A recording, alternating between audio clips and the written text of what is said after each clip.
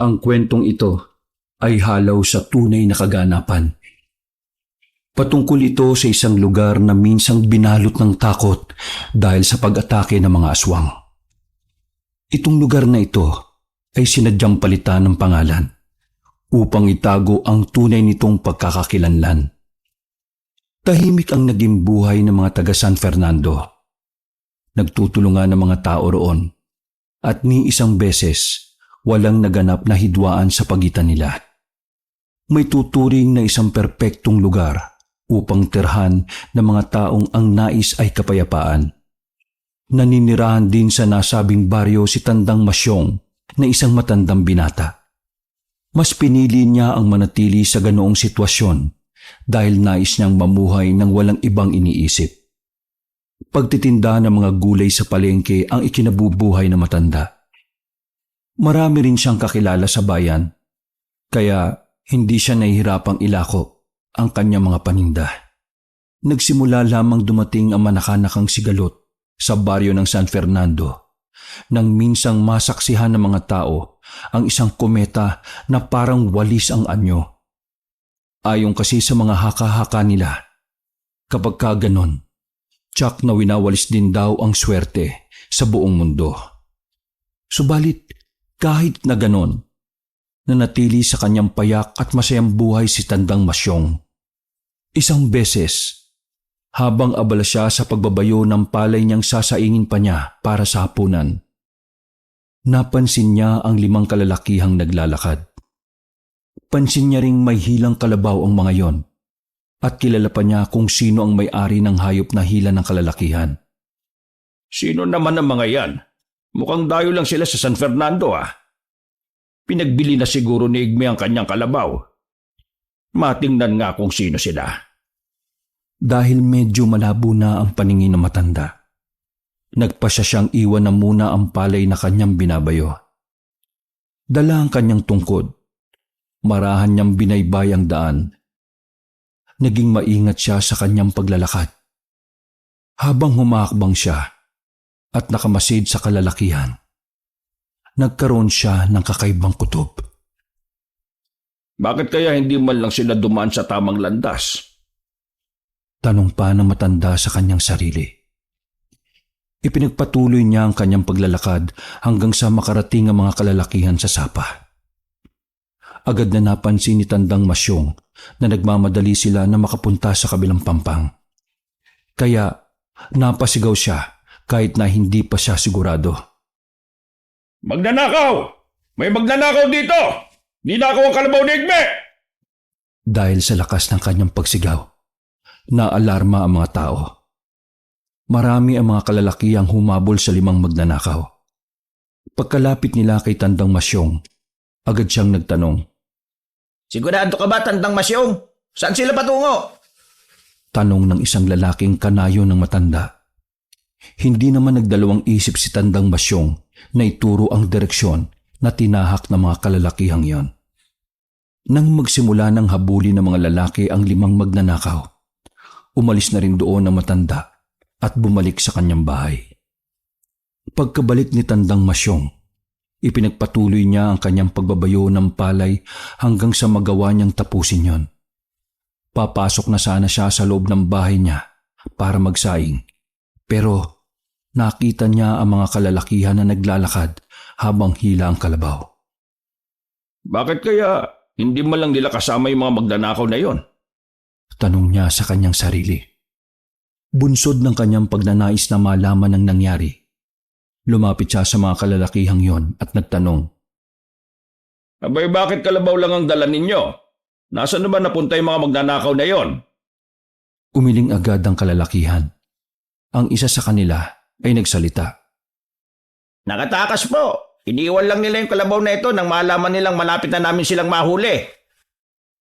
Napailing si Tandang Masyong at napausal na rin. Ang lalakas ng loob ng mga yon Umaatake na kahit na hindi pa madilim ang paligid.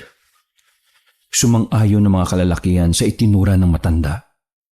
Agad din silang nagpaalam kay Tandang Masyong dahil ibabalita pa nila sa kanayo nilang may-ari ng kalabaw ang nangyaring pagnanakaw at ipapaalam din sa kapitan ang naganap. Napatango na lang si Tandang Masyong sa kanila. Bago pa man makaalis ang mga lalaki, muling nagwika ang matanda.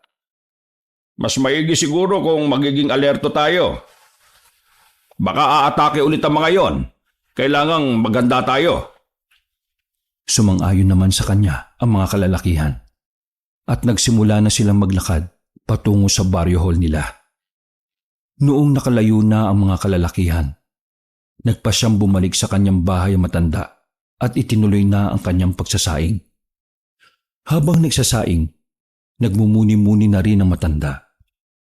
Habang tumatagal, lalo ko nanghihina. Siguro, mas masarap ang mamatay ng makagawa man lang ng makabuluhang bagay para sa aking mga kanayon. Para kahit wala na ako, maalala pa rin nila ako. Napangiti na lang si Tandang Masyong at nagpa siyang iwan na muna ang nakasalang sa apoy. Tumungo siya sa labas ng bahay niya at naupo sa upuang tomba-tomba habang nakaharap sa ginintuang palayan. Kung may misyong mang mayaata sa akin ng Diyos, gagampanan ko yon sa abot ng aking makakaya. Ang dasal ko lamang bigyan pa ako ng lakas para makagawa ng mabuti sa aking kapwa. Sambit pa niya. Habang nasa ganoong sitwasyon, may kung ano siyang nakikita sa malayo. Subalit dahil medyo may kalabuan na ang kanyang mga mata, hindi niya mawari kung ano yon. Ano kaya yung mabibilis na gumalaw na yon? Mukhang patungo sa direksyon ng bundok at kagubatan Tanong niya sa kanyang sarili. Hindi niya alam kung ano yon, subalit nararamdaman niya ang hindi maipaliwanag na takot habang pinagmamasdan niya ang bundok na tinutungo ng kung anumang nilalang. Inabutan na ng dilim doon si Tandang Masyong at halos muntikan na niyang makalimutan ang kanyang sinaing. Sa kadahilanang yon, mabilis siyang tumayo at tinungo ang kusina. Sa kabutihang palad naman ay naluto ang sinaing niya kahit pa hindi niya yon nagawang bantayan at atupagin. Nang masiguro na niyang luto na ang kanin, nag-ihaw siya ng tuyong isda at habang ginagawa yon, naging panay ang tingin niya sa labas ng bintana. Ano kaya yung nakita ko? Hindi kaya guni-guni ko lang yon? Ay, talagang tumatanda na nga ako. Kung ano-ano na nakikita at napapansin ko. Napailing na lang si Tandang Masyong at sinigurong hindi masusunog ang kanyang iniihaw. Nang matapos na siya, nagpasya siyang kumain na ng hapunan. Kahit na mag-isa lang siya sa hapag, hindi yun naging alintana sa matanda. Sanay na kasi siya sa ganoong sitwasyon. Nasa kalagitnaan siya ng kanyang pagkain nang may marinig siyang mga ingay ng kalalakihan. Bunsod noon, tumayo siya at dumungaw sa bintana. Nakita niya ang kanyang mga kanayon na naglalakad, kaya inalok niya ang mga yon na magapunan. Tumigil naman ang mga kalalakihang yon sa tapat ng bahay ni Tandang Masyong. Sige po, kumain lang kayo. Naatasan lang kasi kami ni Kapitan na Robonda para raw maiwasan yung mga magnanakaw. Yung nangyaring pagnanakaw sa kalabaw ni Igme napag-alaman kasing pinlano ng mga tao labas. Mabuti na nga lang at hindi ka nga nila pinaputukan Sabi ng lalaki. Napatawa naman ang matanda at tumugon. Di, pinaputukan nila ako. Mas lalo lang silang mahuhuli. Tumawa na rin ang mga kalalakihang yon at agad na nagpaalam kay Tandang Masyong na aalis na. Bumalik din sa kanyang paghapunan ng matanda at tinapos na niya ang kanyang pagkain. Pagkatapos niya, agad siyang nagpahinga sa kanyang silid. Nakinig pa siya ng katatakutang drama sa kanyang di bateryang radyo. At habang pinakikinggan niya ang kwentong aswang, napaisip na rin siya sa kanyang sarili. Posible kayang mga aswang ang nakita kong patungo sa bundok? Napailing ang matanda at bagyang napatawa sa kanyang sarili dahil sa kakaibang naisip niya. Sa tanang buhay niya, hindi pa siya nakakakita ng aswang. Kaya duda siyang totoo ang mga ganoong nilalang. Siguro sa mga drama lang ang mga yon. Hindi na nagawang patapusin ng matanda ang kanyang pinakikinggan dahil nakatulugan na niya ito. Nagising na lamang ang matanda ng madaling araw at wala na siyang naririnig sa kanyang radyo. Akmang papatayin na sana niya yon nang may maulinigan siyang sunod-sunod na paghuni ng tiktik sa paligid. Natigilan si Tandang Masyong at nagmatyak. Patuloy pa rin niyang naririnig ang paghuni at medyo malakas yon. Namulagat na lang ang kanyang mga mata nang matanto niya kung saan banda nagmumula ang paghuning yon. Mukhang sa bahay ng buntis naming kanayon yun ah. Ninais man ng matanda ang bumaba para alamin ang sitwasyon doon. Pero pinigilan siya ng kanyang matinding antok. Pinatay niya ang kanyang radyo at muling ipinikit ang kanyang mga mata. Sa pagpikit ng mata ng matanda, nagkaroon siya ng hindi inaasahang pangitain. May nakita siya sa kanyang isipan na isang lalaking dayo na walang malay. Habang nakikita ni Tandang Masyong ang mukha niyon, nakaramdam siya ng awa. Subalit, nang imulat na ng lalaking walang ulirat ang mga mata niya, biglang naglaho yun sa pangitain ng matanda. Napabuntong hininga si Tandang Masyong at napaisip kung bakit biglaan ang pagkakaroon niya ng pangitain. Ano kaya ang ibig sabihin ng pangitain na yun? Hindi kaya konektadong lalaking nakita ko sa nangyayari o mangyayari sa hinaharap? Anong namatanda sa kanyang sarili. Sinubukan pang isipin ni Tandang Masyong ang lalaki. Pero kahit na anong gawin niya, ay hindi na yung bumabalik pa sa kanyang pangitain. Gawa nun, minabuti na matanda ang matulog na lamang ulit. Kinabukasan, umugong ang balitang nagawang hulihin ng taga-baryo nila ang grupo ng mga magnanakaw. Kahit paano ay nakampante ang mga taga San Fernando dahil wala na mga taong naghahangad sa mga ari-arian nila. Nakulong ang mga magnanakaw na yon, kaya inakala ng mga tao na tapos na ang kanilang mga problema. Subalit, habang nakakampante sila, ay nagimbal silang lahat nang mabalitaan nilang inatake ng aswang ang isa nilang kanayon. Ganun na lang ang pagmamadali nila para tunguhin ang bahay ng buntis. Dahil nakuryoso na rin si Tandang Masyong, sumama siya sa mga kanayon niya. Pagdating nila doon, isiniwalat na matanda ang kanyang narinig. Kagabi, inakala kong pinaglalaruan lang ako ng aking pandinig. Narinig ko kasi ang sigaw ng babaeng yan na sinabayan ng huni ng tiktik. Pagkukwento ng matanda. Kung ganun Lolo Masyong, inatake nga ng aswang ang babaeng yan. Gimbal na wika ng isang kanayo nila. Dahil natatakpan pa ng telang puti ang biktima ng aswang, binuksan nila yon. Ganun na lang din ang pagkasindak ni Tandang Masyong. Kitang-kita niya na wakwak ang tiyan ng babae at nanunuyo na ang dugo nito. Subalit, ang mas nagpagimbal pa sa mga tao roon ay ang katotohanang nagawang dukutin ng aswang ang sanggol sa sinapupunan ng babae na siyang naging rason ng pagkawakwak ng kanyang tiyan. Hindi dapat tayo makampante. Kung nagawa ng aswang ang mang-atake ng buntis kagabi, tsak na magagawa rin niya yon sa mga susunod pa. Yan na naman ang kailangan natin paghandaan. Sambit ni Tandang Masyong na sinang-ayunan naman ng mga kanayon niya. Naganda at nagbantay sa kanilang paligid ang bawat kanayon nga nila. Subalit, ang hindi nila alam, panimula pa lang yon ng pagkagimbal ng mga taga roon. Sa bawat araw na nagdaan, may isang hayop silang natatagpuan na walang mga laman loob. Tila sinadyang iwan yon sa gilid ng daan nang sa gayon ay makita talaga ng mga taga San Fernando. Isang gabi, nasa kahimbingan na si Tandang Masyong ng kanyang pagtulog nang bigla siyang maalimpungatan. Nakarinig siya ng iyak ng isang babae at sumisigaw para humingi ng tulong. Ano na naman kaya yon?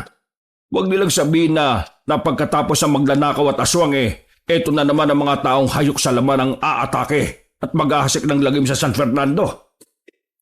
Sambit na matanda. Dahil patuloy ang sigaw ng babae, bumangon si Tandang Masyong at kinuha ang kanyang itak sa ka-flashlight. Maingat siyang bumaba sa kanyang bahay at sinipat ng maigi ang lugar. Noong matanto na niya kung saan nagmumula ang ingay na yon, maraan siyang naglakad upang tumungo roon. Habang humakbang ang matanda, unti-unti siyang binabalot ng kakaibang takot. Dinig niya ang angil ng isang mabangis na hayop at amoy niya ang lansa sa paligid. Hindi yan isang mabangis na hayop. Kung hindi... Hindi nagawang ipagpatuloy na matanda ang kanyang paglalakad. Napako siya sa kanyang kinatatayuan at napanganga. Saktong pagkarinig niya ng kaluskos at angil, inilawan niya ang unahan at ganun na lang ang pagkasindak niya nang makita niya ang isang babaeng nakahandusay sa daan. Sa tabi nito ay isang mabalahibong nilalang na naglalaway. Nagbabaga ang mga mata at mayroong mahabang braso at binti. Hindi nagawa ni Tandang Masyong ang makagalaw dahil nasaksihan niya kung paano nilantaka ng aswang na yun ang laman loob ng babae. Natigil lamang ang aswang sa kanyang ginagawa noong mapansin niyang naroroon si Tandang Masyon at sumasaksi. Tumindig ng mabalasik ang nilalang sa matanda. Rason para ihandari ni Tandang Masyong ang kanyang itak. Agad namang tumayo ang nilalang at tumarap kay Tandang Masyong. Bunsod noon, napawika na ang matanda. Sige, umatake ka at nang malaman natin kung hanggang saan niyang kaya mo. Huwag kang papasigurong matanda na ako dahil kaya ko pang pumatay ng kagaya mo. Pagkawika na matanda ng mga katagang yon, umangil sa kanya ang aswang. Muli pa sana magsasalita si Tandang Masyong, pero sa isang pagkisap ng mga mata, lumundag ng napakataas ang nilalang at hindi nalaman ni Tandang Masyong kung saan yun nagtungo. Naiwan na matanda na nakatulala pa rin habang nakaharap sa gawi kung saan naroroon ang bangkay ng babaeng wakwak ang tiyan at nagkalat ang laman loob sa lupa. Kahit na nasa kailaliman ng gabi, sumigaw ng ubod ng lakas si Tandang Masyong. Mga kanayon! May nabiktima na naman uli ang aswang! Makaraan ng ilang sandali, dumating ang ilang kabaryo ni Tandang Masyong. Hindi na naitago pa na matanda ang kanyang nakita at lalo lamang nagimbal ang mga tao dahil sa paglalarawan na matanda. Hindi tayo dapat makampante. Ang mga nilalang na kagaya nila ay umaatake sa mga oras na hindi natin inaasahan. Kaya kailangan maghanda tayo!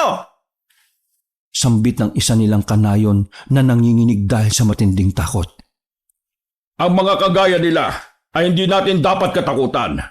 Sila ang dapat na matakot sa atin dahil nasa lugar natin sila. Sambit naman ni Tandang Masyong habang nakatitig sa bangkay ng babae. Hindi nila kilala ang babae, kaya naisip nilang baka dayo yon sa kanilang lugar at dinala lang ng aswang doon para maligaw ang mga taong posibleng mag-iimbestiga sa naturang babae. Mas maigi sigurong ang kada isa sa atin magbantay sa paligid.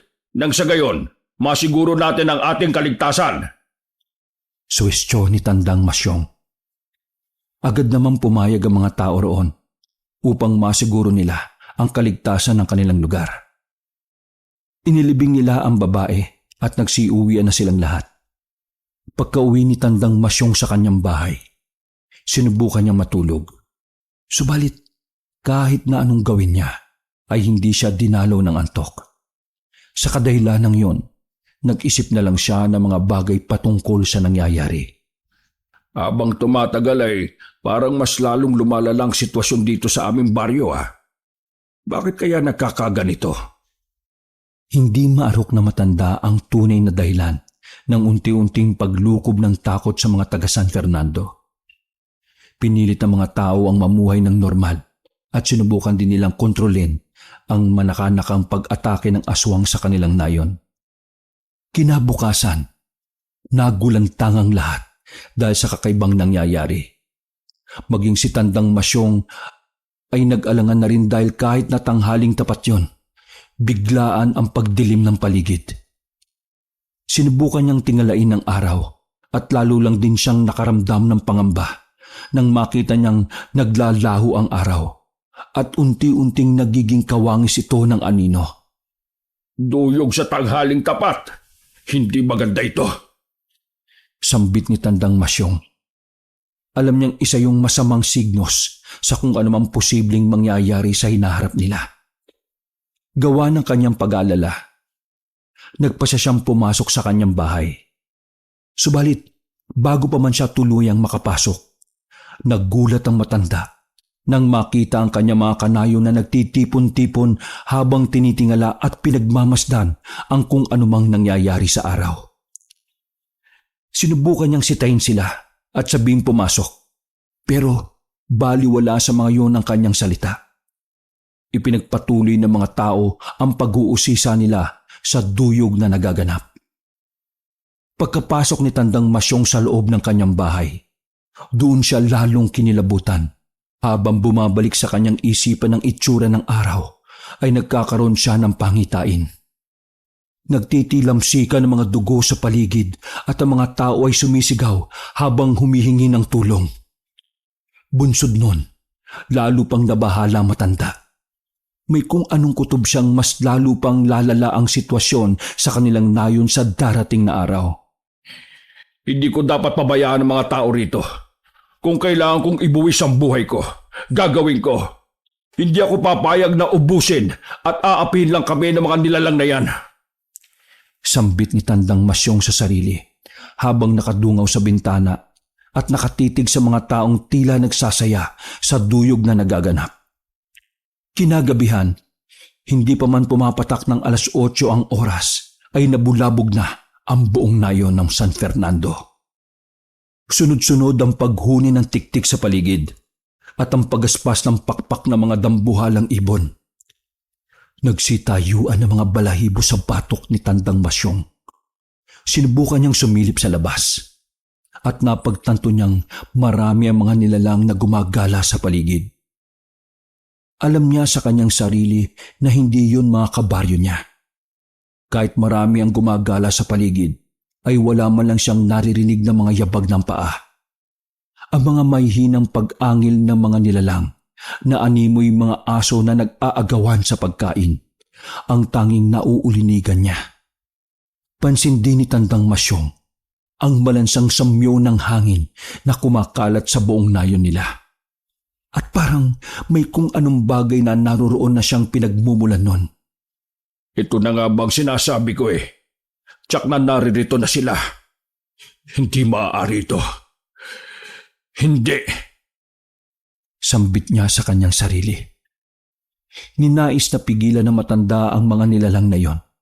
Pero naisip niya na masyado pang maaga at hindi niya yun kakayanin na mag-isa.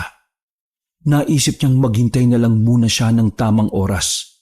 Nang sa gayon ay mapigilan niya ang mga aswang. Kapag darating ang oras na yon, hindi ako magdadalawang isip na lumabang kahit pa masawi ako. Buong gabi siyang nagmatsyag sa paligid. Hindi na siya nakatulog dulot ng pangamba para sa kaligtasan ng lahat. Habang nagmamatsyag sa paligid, napansin ng matanda na tila lalong dumarami ang mga aswang na gumagala. Dinig niya ang iyakan ng mga bata sa kanilang nayon na halatang takot. Napadasal na lamang si Tandang Masyong. Idinalangin niya na sana'y hindi maganap ang kung anumang kinatatakutan niya. Nasa kalagitnaan siya ng kanyang pagmamatsyag nang makarinig siya ng sigaw ng isang lalaki na sinabayan pa ng pag-angil ng mga nilalang sa paligid. Makalipas ang mahigit 15 minuto, ang sigaw ng lalaki ay kumambyo at naging paghingi ng tulong. Agad na nagkaroon ng kakaibang kutob si Tandang Masyong. Kaya bumaba siya sa kanyang bahay, dala ang flashlight niya. Hindi naging alintana sa kanya ang takot at pangamba na kanyang nararamdaman. Naisip niyang nasa panghanib ang lalaki at kailangan itong iligtas ang nasabing tao. Saan banda kaya yon? Tanong niya sa kanyang sarili. Kahit pa na may dala siyang flashlight, ay hindi niya yung ginamit. Alam niyang mas madali siyang mahuhuli ng mga nilalang na gumagala sa paligid kapag nakabukas yon. Maraan siyang naglakad habang tinutuntun kung saan naroroon ang ingay na ginagawa ng lalaki. Kalaunan, dinala siya ng kanyang mga paa sa bandang dulo ng palayan. Nagpalinga-linga si Tandang Masyong at naistatwa siya sa kanyang kinatatayuan nang makita niya ang halos 10 mabalahibong nilalang na pinagtutulungang kalabanin ng isang lalaki. Dahil hindi gaanong nakikita na matanda ang sitwasyon ng tao, pinili niya ang buksan ng kanyang flashlight at ilawan yon. Dulot ng kanyang ginawa ay natigilan ng mga aswang at napalingon sa kanyang gawi. Itigil niyo ang inyong ginagawa sa lalaking yan! Ako ang harapin ninyo! Inihanda na matanda ang kanyang itak habang nakamasid sa lalaki. Magkahalong pangingilabot at awa para sa sitwasyon ng dayo ang naramdaman ni Tandang Masyong. Puno kasi ng sugat ang katawan nito at naliligo na sa sariling dugo. Dahil sa naging sigaw na matanda, napangisi ang mga aswang at humarap sa kanya. Inihanda nila ang kanilang sarili sa pag-atake kay Tandang Masyong. Huwag kang makialam pa rito, tanda! Hindi mo alam kung ano sasapitin mo sa mga nilalang na yan! Kaya ko ang aking sarili! Pilit na sigaw ng lalaki. Dahil nakaharap kay Tandang Masyong ang mga aswang, nagkaroon ng pagkakataon ng lalaki na damputin ang kanyang itak na nasa lupa. Nang magawa na ng lalaking kunin yon, muli ay nagwika si Tandang Masyong. Hindi pwedeng hindi ako makialam dito! Ang mga kagaya nila ay hindi dapat maghari-harian sa lugar na ito! Ayaw kong mamuhay sa takot ng mga taga San Fernando! Kayo mga aswang! Umalis na at huwag nang babalik pa! Itinaas na matanda ang kanyang itak at inakmang susuguri ng mga aswang. Dahil sa kanyang ginawa, napaangil ang mga nilalang at agad na humakbang para sugurin siya.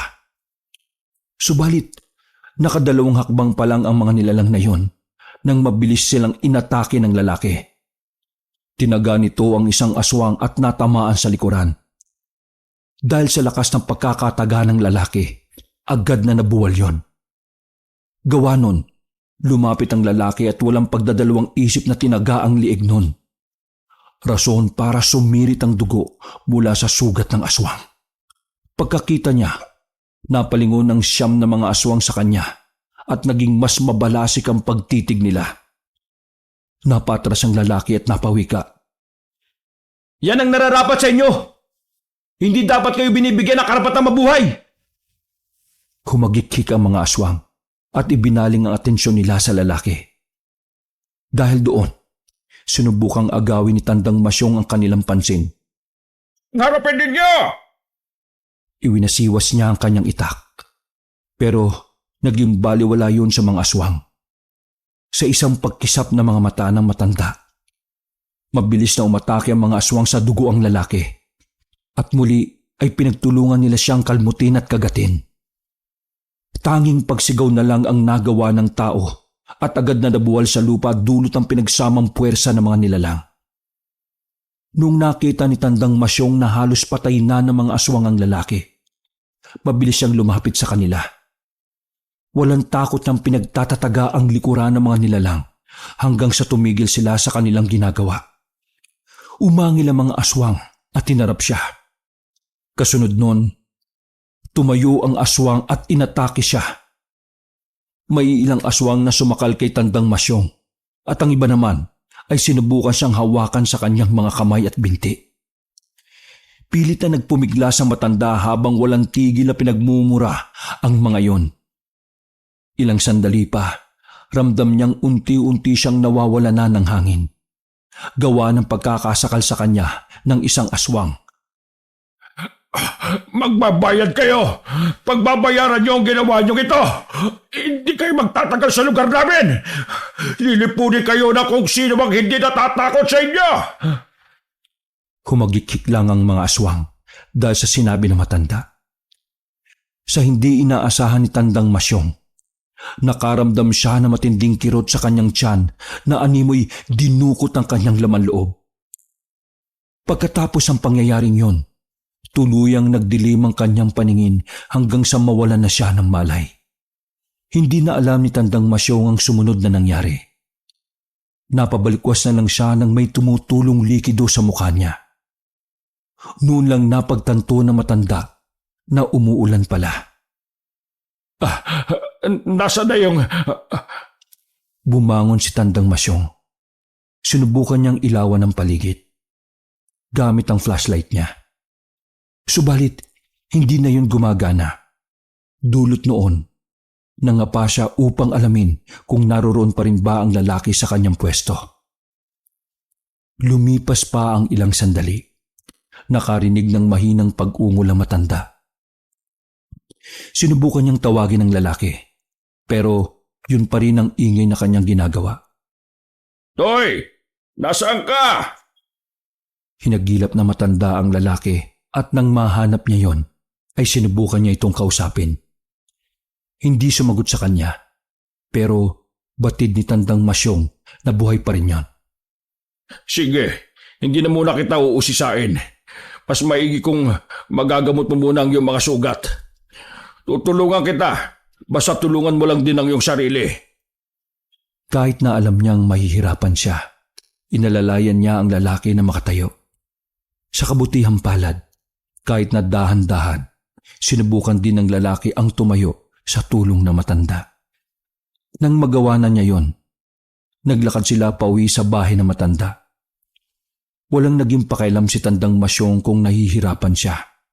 Ang nasa isip niya na mga sandaling yon ay ang matulungan ng lalaki at mailigtas ito mula sa mga aswang na hindi na nila matukoy kung saan na nagtungo. Pasalamat ka at nagawa kitang abutan. Kung hindi ako bumaba sa bahay, baka nagawa ka na nilang kainin siguro. Wika na matanda sa lalaki. Makaraan ng ilang beses na pagkatumba, ay nakarating na rin sila sa bahay ni Tandang Masyong. Inihiga na matanda ang lalaki sa mahabang bangko at ginamot ang kanyang mga sugat na gawa ng kalmot ng mga nilalang na kanilang nakalaban. Marahil dala sa matinding pagod at sugat, nawalan ng malay ang lalaki. Bunsod noon, nang matapos gamutin ni Tandang Masyong ang dayo, hinayaan niya munang makapagpahinga yon. Pumasok siya sa kanyang silid at nagpahinga. Pinilit niya na makatulog at sa kabutihang palad ay nakaidlip siya. Kinabukasan, pagkagising na matanda, agad siyang pumunta sa sala kung saan naroroon ang lalaking tinulungan niya.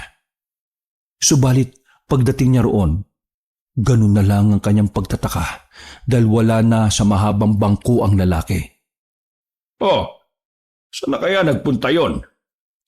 Tanong niya sa kanyang sarili. Gawa ng hindi niya mahagilap sa loob ng bahay ang lalaki, napagpasyahan ng matanda na lumabas. Pagkalabas niya sa kanyang bahay, ay doon niya nakita ang taong tinulungan niya na nakatayo at nakatitig sa malayo. Toy! Nagkakape ka ba? Halika muna sa loob at magkape tayo. Teka lang hindi ka pa malakas Sana hindi mo pinilit ang sarili mong bumangon.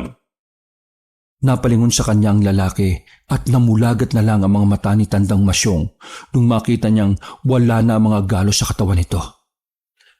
Salamat nga po pala sa pagtulong niyo sa akin Pasensya na rin kung nakapagsalita ako ng hindi maganda nung una. Ako nga pala si Honorio. Wika ng lalaki. Ako naman si Masyong. Ayos lang yun. Nauunawaan naman kita Pasensya ka na rin sa pagingialam ko. Ayaw ko lang na may naagrabyadong tao rito sa nayon namin. Teka. Paano ka nga pala napunta rito? Agad na napabuntong hininga ang lalaking nagpakilalang si Honorio at nagwika sa seryosong boses. Sinubukan nila akong itapon sa lugar na ito. Nagawa kasi nila akong hulihin.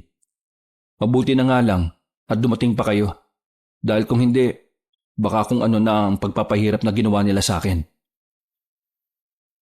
Labis ang pagkakuryoso ni Tandang Masyong sa koneksyon ng lalaki at ng mga aswang. Dahil doon, nagtanong ulit siya. Kung ganun ano nga bang rason kung bakit tila galit sa iyo mga nilalang na yon? Hindi naman naglihim sa kanya ang lalaki at sinabi nito ang nais malaman na matanda.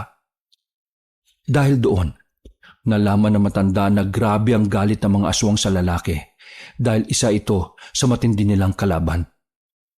Pinipigilan raw kasi ng lalaki ang kung anumang ginagawa nila sa mga kanayon nito. Ngayong naririto na sila, tsak na gagawin din nila kung ano man ang ginagawa nila sa amin. May pag-aalalang sabi ni Honorio. Agad na umiling si Tandang Masyong. Hindi ako papayag. Hindi ko papayag ang gagawin nilang alipin at pagkain ng mga tao rito. Masaya at matiwasay na namumuhay ang mga tao sa San Fernando. Walang sino man ang makasisira nun. Seryosong sambit na matanda. Kung ganon, kailangan natin maganda. Tsak na hanapin ako ng mga aswang. Subalit, kalakip nun ay pahihirapan nila kayo hanggang sa kayo na mismong susuko ng inyong buhay sa kanila. Wika ng lalaki. Kaya nga inabisuhan ko na yung mga kanayong ko na maghanda. Hindi ko nga lang alam kung anong ginawa ng mga aswang at wala man lang ibang nakapansin sa ingay na ginagawa nila. Sabi ni Tandang Masyong. Marahil ay gumamit sila ng itim na mahika. Nagkaroon ng duyog kanina at tsak na mas lalong lumakas ang kung anumang kakayahan nila. Wika ni Honorio kay Tandang Masyong. Bago pa man tuluyang napasarap ang kanilang kwentuhan, ay muli silang pumasok sa loob ng bahay. Nagtimpla sila ng kanilang kape at ipinagpatuloy na ang kanilang diskusyon. Nasa kalagitnaan sila ng kanilang pag-uusap nang may isang kanayon si Tandang Masyong na tumungo sa kanyang bahay. Pansin na matanda na tarantayon habang pinipilit na magsalita. Ang aking asawa, inatake kagabi ng aswang at munti ka nang makuha ang sanggol na nasa sinapupunan niya. Sinabi rin ng lalaki na napagsabihan niya ang kanilang kapitan ukol sa nangyari. Nangako naman daw ang punong barangay nila na paiigtingin ang pagbabantay sa paligid. Mga hayop na mga aswang na yan Mga demonyo na kailangan puksain. Napatiimbagang si Tandang Masyong.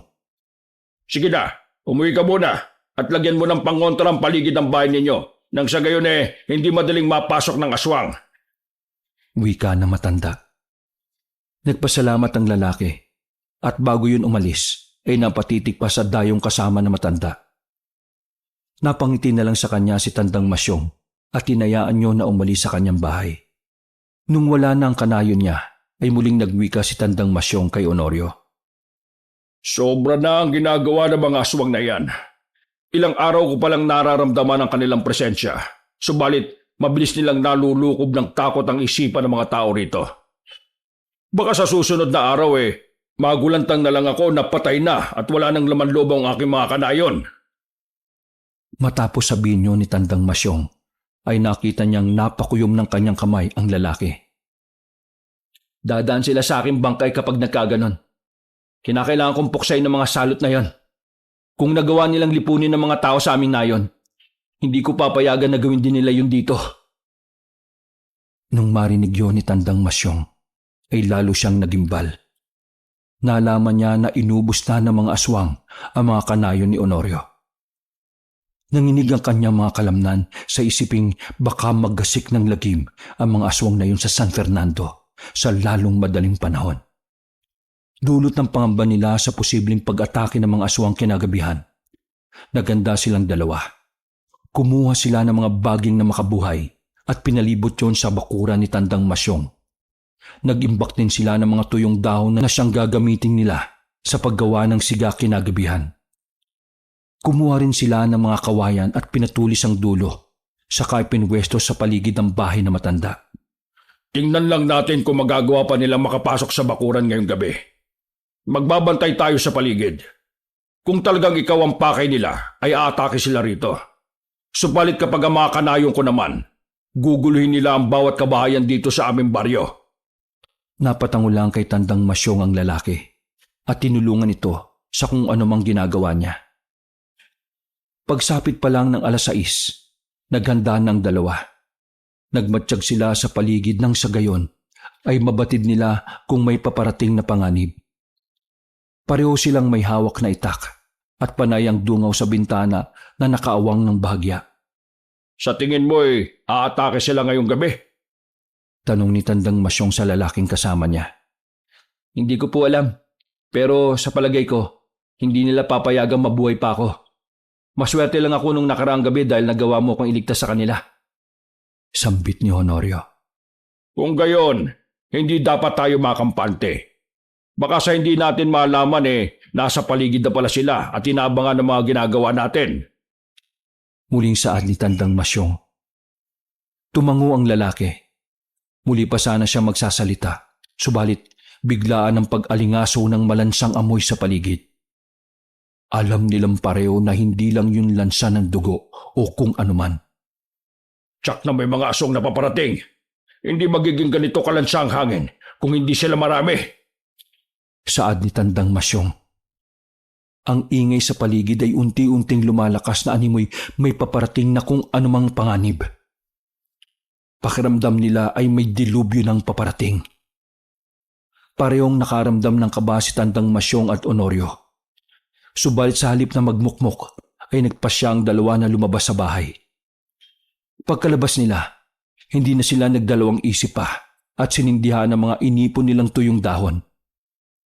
Kasabay ng pagliwanag ng paligid ay siya ring pagpagaspas ng mga pakpak na mga dambuhalang ibon na umatake sa mga kabahayan sa San Fernando. Napamura na lang ng pabulong si Tandang Masyong nung marinig niya ang iyak ng mga bata at hiyawan ng mga inang takot sa kung anumang gagawin ng mga aswang. Ang mga kalalakihan naman sa bawat kabahayan ay lumabas at itinaboy ang mga nilalang ng dilim na umaatake sa kanilang nayon. Hindi maganda ito. Tsak na simula pa lamang ito ng kanilang pag-aasik ng lagim. Kailangan mapigilan sila. Saad ni Tandang Masyong. Lalabas na sana siya ng kanilang bakuran at tutunguhin ng mga kabahayan para kalabanin ng mga aswang. Pero agad siyang pinigilan ni Honorio. Wag na, Lolo Masyong. Tsak na magagawa ka lang nilang patayin kung gagawin mo yan. Malakas sila dahil sa nangyaring duyog. Huwag! Pababayaan ko na lang ang mga kanayon ko sa mga aswang.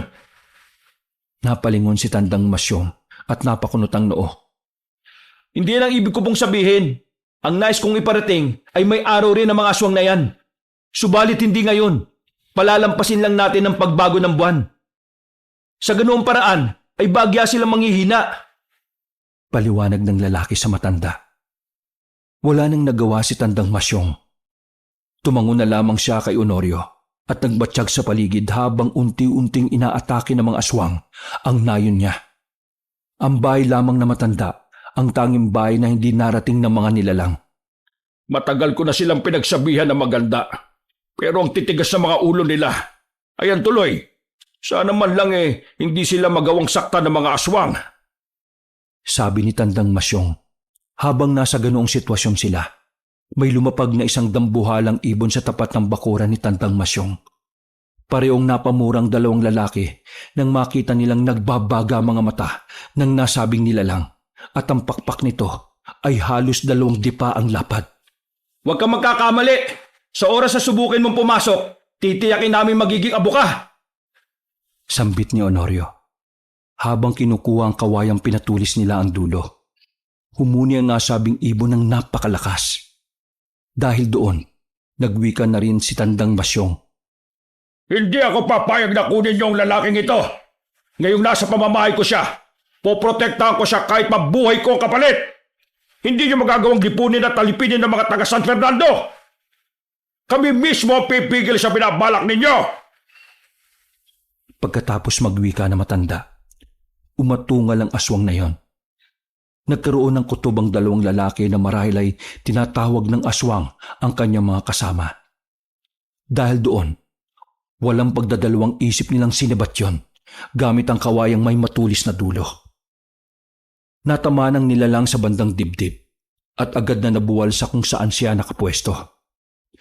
Isang mahabang pag-ungol na lang ang nagawa ng aswang dulot ng matinding kirot na nararamdaman nito. Yan ang nararapat sa mga kagaya mo. Sambit ni Honorio. Pagkatapos niyang sabihin ng mga katagang yon, mabilis siyang lumabas sa bakuran ni Tandang Masyong. Pipigilan pa sana siya na matanda, subalit mabilis na nakaalis ang lalaki at lumabas sa bakuran. Nilapitan ng lalaki ang nilalang na nooy nakahandusay sa lupa. Nasaan yung ibon pa rin yon? Pero kapansin-pansin ang mukha nitong katulad ng tao. Magiging katulad mo rin ang iba mong kauri. Pagkawika ni Honorio ng mga katagang yon, muli niyang hinugot ang kawayan sa dibdib ng aswang. Walang pagdadalawang isip niya itong itinarak sa bunganga ng nasabing nilalang at hinayaang bumulwak ang dugo roon. Matapos yon ay hindi nakagawa ng kung anumang ingay ang aswang. Subalit biglang natigilan ng lalaki nang makarinig siya ng sunod-sunod na pagaspas ng pakpak at paghuni ng tiktik sa paligid. Sa rasong yon, nagmadali siyang pumasok sa bakuran ni Tandang Masyong. Nasakto namang nakapasok na si Honorio nang may mga umaligid na mga nilalang sa bahay na matanda. Alam nilang mga aswang yon dahil sa biglaang pag-alingaso ng nakakasulasok na amoy sa paligid. Sinasabayan pa yun ng mga paghuni ng tiktik na parang sabik na sabik kung anumang nais nilang gawin. May mga narinig silang yabag na mga paa. Subalit kahit saan mang dako sila titingin ay wala naman silang nakikitang nilalang. Tsak na gumagamit sila ng tagabulag. Wika na matanda. Kaya nga, hindi tayo dapat makampante dahil mas marami silang kakayahan kaysa sa atin. Saad naman ni Honorio. Dahil dumarami na ang mga nilalang sa paligid, sinubukan nilang dagdagan ang mga tuyong dahon sa siga na ginawa nila at nilagyan na rin nila ng asin. Dahil sa ginawa nila, naging mas maliwanag pa ang paligid at parang nataranta ang mga nilalang. Kung saan man kayo, magpakita kayo sa amin! Bakit? Takot ba kayo dahil nasa loob kami ng lugar na puno ng panlaban sa inyo? Sigaw ni Tandang Masyong. Hindi ba't nais niyo akong patayin? Ngayon pa lang patayin niyo na ako dahil kapag hindi niyo ako nagawang paslangin, isinusumpa ko na kayo ang papatayin ko! Sigaw naman ni Honorio. Habang iginagala sa paligid ang kanyang paningin. Inakala nilang aatake nga sa kanila ang mga aswang dahil sa seryoso ang mga iyon na sugurin silang dalawa. Subalit, nung magpakita na ang napakaraming nilalang kina Honorio at Tandang Masyong, agad na umalis ang mga iyon. Tsak na natatakot sila sa mga pananggalang na inilagay ko sa paligid. Kaya nagsipulasan sila tumalis. Magsasaya na sana matanda dahil lumisan na ang mga aswang. Subalit, natigilan siya nang kalabitin siya ng kasama niyang lalaki. Tinanong niya si Honorio kung ano ang problema at agad na nasagot ang katanungan niya nang makita niyang ang mga aswang pala na umalis sa tapat ng kanilang bahay ay dumiretso sa mga kabahayan ng ibang taga San Fernando. Ang mga sumunod na nangyari ay hindi kinaya ng dalawa. Dinig nila ang hiyawan ng mga kababaihan at kabataan na humihingi ng tulong. Ang mga kalalakihan naman ay nagmumura na parang sobra ang galit na kanilang nararamdaman. Noong mga panahong yon, nagkatitigan ng dalawang lalaki at agad ding nagwika si Tandang Masyong. Hindi na natin kailangan na hintayin pa ang tamang pagkakataon. Kapag naghintay tayo, mauubos ang mga kanayong ko. Kung may tamang panahon man, ay ito na yon! Napatango si Honorio sa kanya at agad ding napawika. Tama ka, Lolo Masyong. Walang ibang tamang panahon kundi ngayon na. Kailangan ko ring harapin ang mga yan nang sa gayon ay matapos na ito. Kailangan kong tapusin kung ano man ang nasimulan ko sa aming nayon. Matapos ang palitan nila ng kataga, pumasok sila sa loob ng bahay at pinahira ng abong mula sa lutuan ang kani-kanilang itak. Pangontra nila yon sa mga nilalang ng dilim. Muli silang lumabas ng bahay, pero noong mga panahong yon ay hindi sila nanatili sa loob ng bakuran ni Tandang Masyong. Dala nila ang kani-kanyang itak at flashlight na di baterya. Dali-dali silang tumungo sa bahagi kung saan naroroon ang napakaraming kabahayan.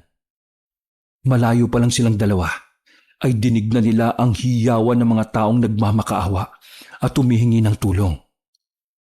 Sininagan nila ng flashlight ang paligid at ganun na lang ang pagkasindak ng dalawang lalaki noong makita nila na napakaraming tao ang nakahandusay sa labas ng kanilang bahay at pinagpipiestahan ng mga nilalang na mabalahibo. Mga demonyo kayo! Hindi pa ba kayo nakontento sa ginawa niyo sa nayo namin? Galit na sigaw ni Honorio sa mga aswang. Ang mga nilalang na nakarinig sa kanyang pagsigaw ay tumigil sa kanilang ginagawa. Napalingon sila sa dalawang lalaki na nagmamadaling lumapit sa kanila habang hawak ang tig-iisang flashlight at itak. Kami ang harapin ninyo! Hindi ang mga taong walang kalaban-laban sa mga kagaya niyong demonyo! Sigaw rin ni Tandang Masyong. Pareho nilang iginala sa paligid ang liwanag ng kanilang flashlight. Nakita nila na sa lahat ng kabahayan ay may nabiktima ang mga aswang. Ang mga babae at kabataan ay mabilis nilang nagawang pagkain at pagpiestahan sa harap ng mga kalalaki ang tila nawawalan na ng lakas ng loob. Nang mga panahong yon, muling nagsisisigaw si Tandang Masyong. Kayo mga lalaki, tumayo kayo at ipaglaban niyo ang pamilya ninyo! Huwag niyong hayaang lipunin tayo ng tuluyan! Pagkasigaw ni Tandang Masyong, ay parang nabuhayan ng loob ang mga kalalakihan. Sumugod sila at napahiyaw sa pinagtulungang tagain ang mga nilalang. Subalit, hindi rin nagpatinag ang mga aswang sa mga kalalakihan ng San Fernando. Nagkaroon ng madugong labanan sa pagitan ng mga yon, at dahil walang ibang kakayahan ng mga lalaki, ay unti-unti silang nagagapi. Nang makita ni Honorio at Tandang Masyong na alanganin ang mga kanayon nila, mabilis din silang umatake. Ganun na lamang ang pagkamangha na matanda sapagkat kakaiba ang lakas at liksi na ipinamalas ni Honorio. Kahit mag-isa lang ang lalaking yon, nagagawa niya itong kalabanin ng 3 hanggang 5 aswang gamit lamang ang kanyang itak at kamao. Ang bawat aswang na kanyang nakakasagupa ay humahandusay sa lupa at nahihirapan ng makabangon. Walang ano-ano. Nakita ni Tandang Masyong na may isang nilalang na papalapit kay Honorio. Pero hindi ito napansin ng lalaki. Inakma ng aswang na kalmutin sana siya sa likuran. Kaya mabilis na napakbang si Tandang Masyong. Honorio! May aswang sa likuran mo! Pagkasabi niya ng mga katagang yon, agad niyang tinaga ang aswang sa batok.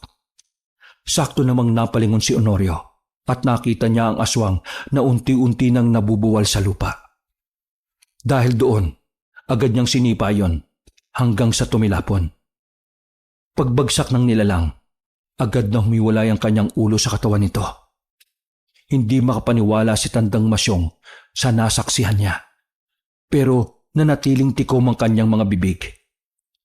Nagpatuloy ang labanang yon hanggang sa unti-unting nagawang patayin ng mga aswang ang kalalakihan ng San Fernando. Ilan na lamang sa kanila ang nanatiling nakatayo, pero puno rin ng mga galos ang katawan. Napansin ng dalawa na pinanghihinaan na talaga ng loob ang mga kalalakihan. Dahil doon, inilapag ni Honorio ang kanyang itak sa lupa. Hindi ko na po kailangan yan, Lolo Masyong. Bantayan mo lamang ang paligid ko. Dahil baka hindi ko kagad mapansing may nasa likuran ko na pala. Tumango si Tandang Masyong sa lalaki at hindi niya inaasahan ang mga susunod na gagawin nito. Sa isang pagkisap ng mga mata ng matanda, kitang-kita niya kung paano nagpalit ng anyo si Honorio. Ang kanyang katawan ay binalot ng maiitim na balahibo. Ang kanyang mga binti at braso ay tila mas sumahaba pa ng halos kalahating metro. Dinig rin niyang umaangil ito na parang isang mabangis na hayop. Honorio, kauri mo ba sila? Napako sa kanyang kinatatayuan ng matanda dahil sa pagkagulantang. Hindi siya sinagot ng lalaki. Sa halip, lumingon yon sa kanya at napangisip bago umalis. Sa isang pagkisap ng mga mata ni Tandang Masyong, ay lumundag si Honorio sa bahagi kung saan mayroong maraming aswang. Pagkalapag niya sa bahaging yon, ay nagulat ang mga nilalang at agad na umangil. Dahil alam ni Tandang Masyong na marami ang aswang at iisa lang si Honorio, napagpasya niyang tulungan ito. Para sa San Fernando, papatayin namin kayo! Itinaas niya ang kanyang itak. Nakita naman yun ng 4 niyang kanayon na naroroon at kasama nila. Kaya parang nabuhayan din sila ng loob. Kahit pa may mga galos ang kanilang katawan, ay inihanda rin nila ang pag-atake sa mga aswang na dumudumog kay Honorio. Nang gumalaw na si Tandang Masyong para sugurin ang mga aswang, umabante na rin ang 4 na kalalakihan. Nilapitan ni Tandang Masyong ang mga nilalang at walang pagdadalawang isip niyang tinaga ang isa sa mga ito sa batok. Ito ang nararapat sa'yo! Nakarinig na lamang sila ng pag-ungol, dulot ng ginawa na matanda. Nabuwalang nasabing aswang, dahilan para mapalingon ng iba sa gawin ni Tandang Masyong. Nakita naman ni Honorio na tila nagbabalak ang mga nilalang na sugurin na matanda. Dahil doon, napamura siya at agad ring nagwika sa garalgal na boses. Ako ang kalabanin ninyo! Huwag na ninyong idamay pa ang ibang tao! Pagkawika niya ng mga katagang yon, hinawakan niya ng mahigpit ang braso ng isang aswang. Gamit ang kanyang kaliwang kamay, walang pagdadalawang isip niyang dinukot ang puso ng nilalang. Agad niya ring itinapon yon sa hindi kalayuan. Lilipunin ko kayo! Ipapatikim ko sa inyo ang ginawa niyo sa aking mga kanayon at kauri! Muling saad ni Honorio. Matapos siyang gawin yon, lumundag siya sa itaas at bumagsak sa mga aswang na naghahanda para sugurin si Tandang Masyong. Agad na nagsibuwala ng mga aswang na yon, kaya nagkaroon ng pagkakataon na matanda at ang apat na kalalakihan para tuluyang makalapit doon. Walang habas nilang pinagtatataga ang mga nilalang at wala silang naging pakialam kung saan banda ng katawan ng mga ito tumama ang talim ng kanilang itak. Ang iilang aswang ay sumusubok pang lumaban. Subalit sa tuwing makikita ni Honorio na nagbabalak silang tumayo o gumawa ng kung anuman, pinipigilan ng dayo ang kung anumang binabalak nila. Bunsod ng pagiging sugatan ng mga aswang na nakahandusay sa paligid ni Tandang Masyong, hindi sila nakagalaw. Nilapitan na lamang sila ng dayo at isa-isang binali ang kanilang leeg. Nang magawa yun ni Honorio, dinukot niya ang mga puso ng mga nilalang at itinapon sa kung saan. Ang mga kagaya nyo ay hindi binibigyan ng karapatan para mabuhay. Nananahimik kami sa aming nayon at nakukontento sa kung anumang meron kami. Pero anong ginawa nyo? Sinira nyo ang tahimik naming buhay. Hindi ako papayag na sirain nyo rin ang buhay ng mga taga rito. Buong lakas na sigaw ni Honorio habang nakatingala. Pagkatapos siyang isigaw ang mga katagang yon, biglang lumakas ang ihip ng hangin. Naging sobrang lansa ng samyo ng hangin na halos nakakasuka na para kina Tandang Masyong. Paglipas lamang ng ilang sandali, binalot si Tandang Masyong ng walang kaparis na kilabot. Sunod-sunod na mga huni ng tiktik sa paligid na sinabayan ng mga pagaspas ng pakpak. Magtago na kayo! Kaya ko na ito! Mas maiging iligtas niyo ang ibang tao na alam niyong buhay pa! Hayaan niyong kalabanin ko ang mga natitirang salot na yan! Sambit ni Honorio. Napatulala sa kanya mga kalalakihan. Hindi naman kaagad nakagalaw si Tandang Masyong na noon ay nagmamatsyag siya sa paligid. Ilang sandali pa ay nagwika ulit si Honorio. Malamang ay sila ang mga matataas na uri ng aswang. Hindi niyo sila kaya. Ako ang dahilan kung bakit nagkaroon ng ganitong kaguluhan dito sa nayon ninyo. Kaya hayaan niyo kung tapusin niyo dito mismo. Wala nang nagawa ang limang lalaki kung hindi ang sundin ng ninais ng dayo na nasa anyo ng isang aswang. Sa halip na magtago, maingat nilang pinuntahan ng mga kabahayan at inalam kung may mga natitirang buhay roon. Nang tuluyang makalayo ang lima, doon nila narinig ang paglapag ng mga nilalang sa lupa kung saang banda naroroon si Honorio. Lahat sila ay kinakabahan, pero iisang bagay lang ang kanilang iniisip. Kailangan nating iligtas kung sino man at kung may natitira pang buhay sa taga San Fernando. Sambit ni Tandang Masyong. Inisa-isa nila ang mga kabahayan sa kanilang nayon. Maswerte sila dahil kahit papaano ay may mga natitirang buhay roon at sumisiksik lang sa bahaging hindi madaling nakikita. Tayo na! Halina kayo! At nang makapunta tayo sa ligtas na bahagi ng nayon. Dali! Sambit ni Tandang Masyong. Wala siyang ibang lugar na naisip kung hindi ang kanyang bahay na napapalibutan ng mga pangontra ng aswang. Isasama na rin sana ni Tandang Masyong ang mga kalalakihang pauwi. Subalit nagwika ang isa sa kanila. Mananatili kami rito! Ikaw na lang po umuwi ng sa ganun mahatid mo ang mga taong to sa iyong bahay! Ayaw rin sanang pumayag ni Tandang Masyong. Subalit naisip niyang walang makakatulong kay Honorio kapag lahat sila ay umuwi sa kanyang bahay. O sige, kayo na muna ang bahala rito ha. Ihatid ko lang itong mga kanayo natin at babalik din ako. Kailangang hindi matapos ang gawing ito at magawa nating lipulin ang mga nilalang na yan. Anang Tandang Masyong. Sumang-ayon naman sa kanya ang mga kalalakihan. Kaya umalis ang matandang kasama ang iba nilang kanayon at umuwi sa kanyang bahay. Sinabi pa nito sa kanyang mga kabaryo na ligtas sila roon at napatunayan na nilang hindi makakapasok ang mga aswang sa kanyang tirahan. Umuwi nga sila at tinatid ni Tandang Masyong ang mahigit 10 katao sa kanyang bahay. Pagkarating nila roon, muling nagpaalam ang matanda.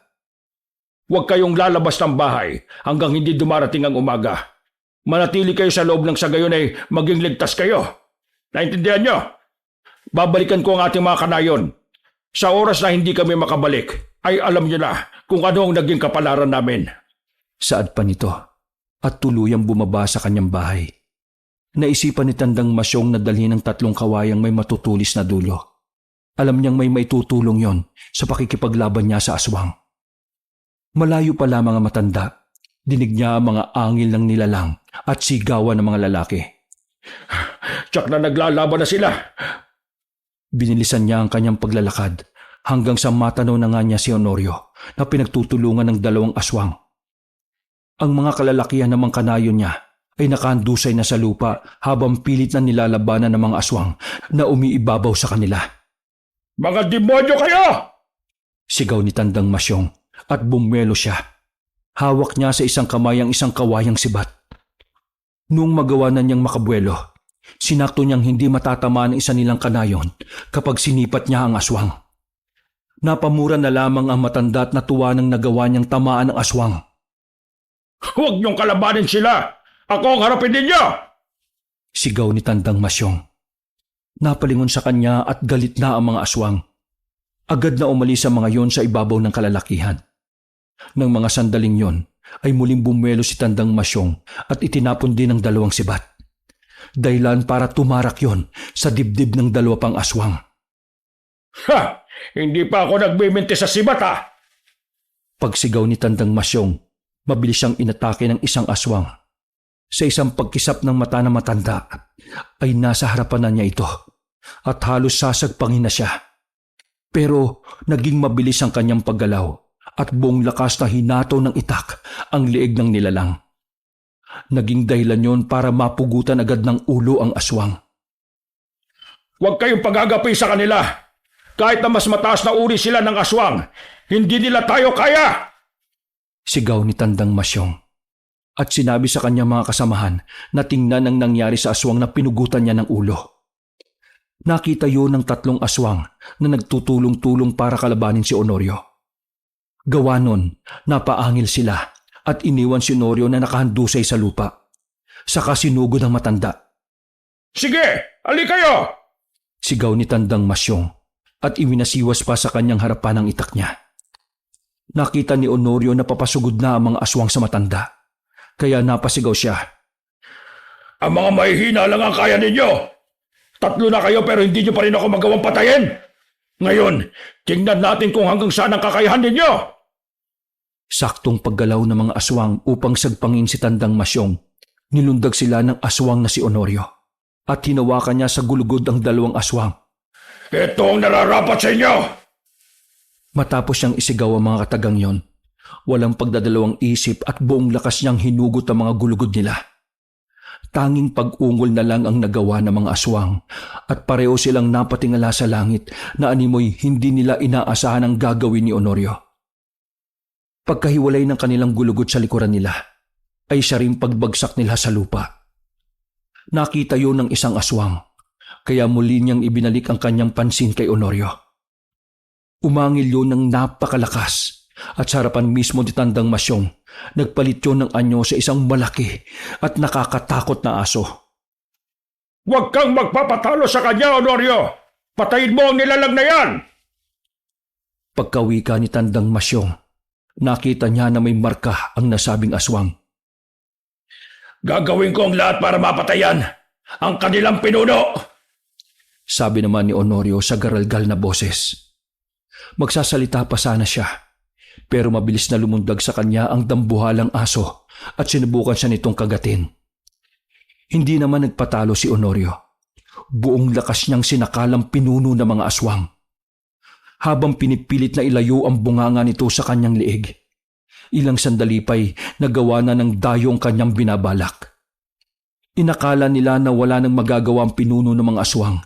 Subalit sa isang pagkisap ng mga mata ni Tandang Masyong ay ganun na lang ang kanyang pagkasindak na makita niyang dahan-dahan ang bumabaon ng kuko ng aswang sa dibdib ni Honorio.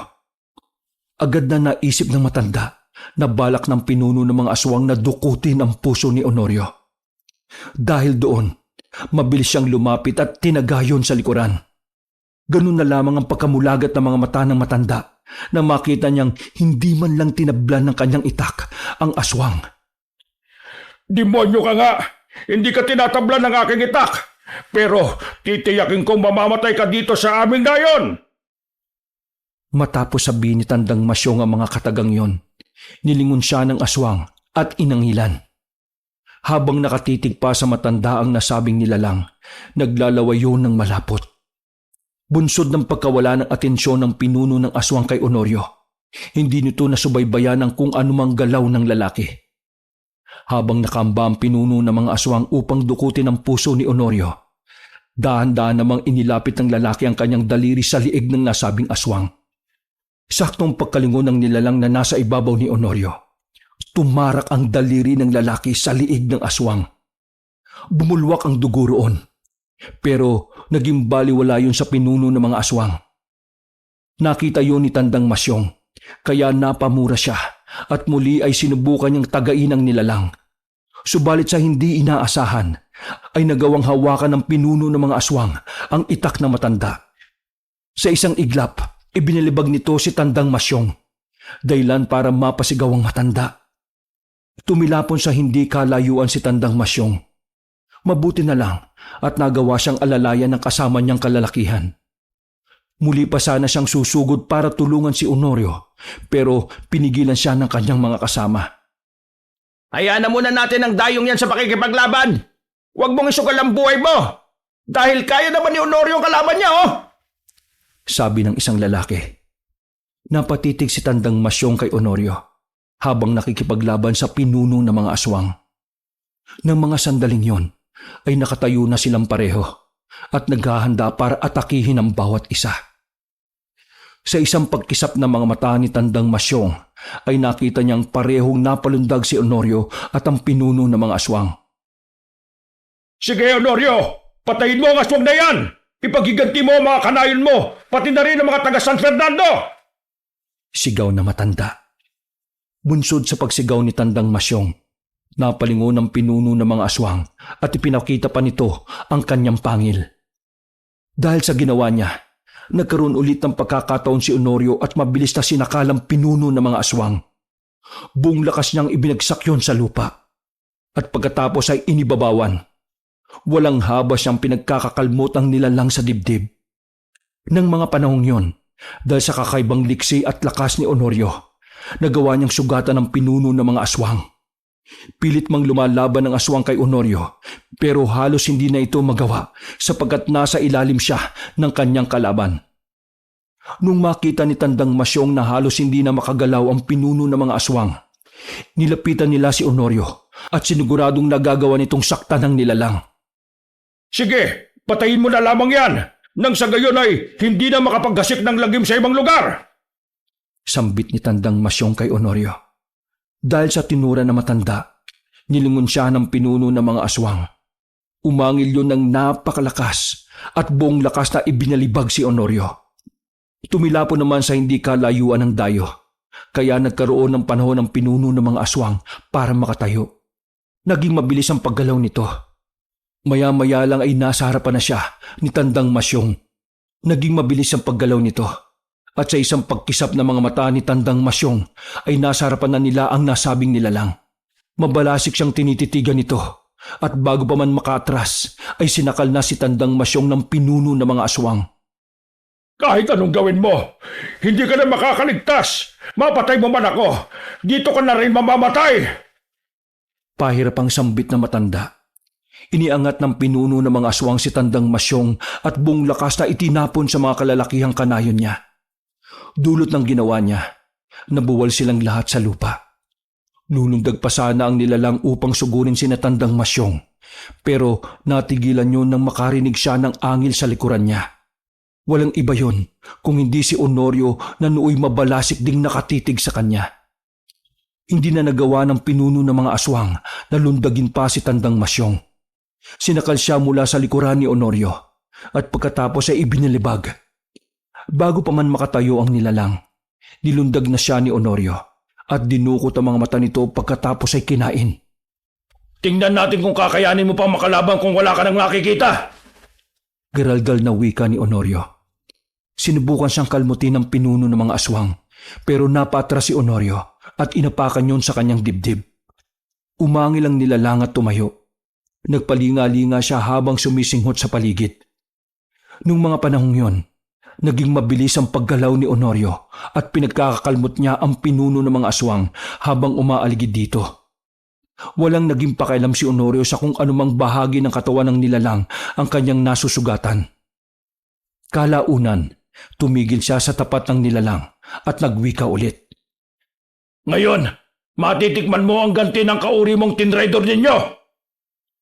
Napaangil pa ang nilalang, subalit yun na ang naging kahuli-hulihang angil niya. Napasigaw si Honorio at buong lakas na dinukot ang puso ng pinuno ng mga aswang. Bago tuluyang bumagsak sa lupa ang nilalang, nilantakan ni Honorio ang puso nito. Halos mandiri si Natandang Masyong sa kanilang nasaksihan. Subalit ang kanilang agam-agam ay nasagot sa kung ano ang kanilang nakikita na ginawa ni Honorio. Pagkabagsak ng pinuno ng mga aswang sa lupa, nilapitan niyo ni Tandang Masyong. Hinawakan niya ng maigpit ang kanyang itak at bago pa man makapagsalita si Honorio upang pigilan siya, ay pinugutan niya ng ulo ang pinuno ng mga aswang. Tingnan natin kung magagawa pa ninyong makapaghasik ng lagim. Ang mga kagaya nitong aswang ay walang karabatang mabuhay sa mundong ito. Agad namang natigilan si Honorio sa kanyang paglantak sa puso ng pinuno ng mga aswang. Napatitig siya kina Tandang Masyong at agad na itinapon ang natitirang bahagi ng puso na nasa kamay niya. Noong mga panahong yon, mula sa pagiging mabalahibong nilalang, nagpalit siya ng anyo patungo sa isang lalaki. Nakita naman yon ni Natandang Masyong kaya agad siyang humingi ng tawad dahil sa kanyang itinuran. Patawad, Honorio, sa sinabi ko. Hindi lahat ng aswang ay dapat mamatay. Maraming salamat nga pala sa pagtulong mo sa amin. Napailing na lang si Honorio at agad na nagwika. Ako nga sana ang dapat na humingi ng tawad sa inyong lahat. Ako ang rason kung bakit lumaki ang gulo na ito. Dapat nung una pa lamang, sinabi ko na rin kung ano ang totoo kong pagkatao at ang katotohanan sa lugar na pinanggalingan ko. Tumango si Tandang Masyong dahil parang may sasabihin pa ang lalaki at hinintay niya ang susunod na ikukwento nito. Kauri namin ang mga aswang na yon. Subalit dahil nagsimula silang kumain ng mga tao, itinakwil na namin sila. Hindi namin nakalain na isang araw aatakihin nila kami at papaslangin.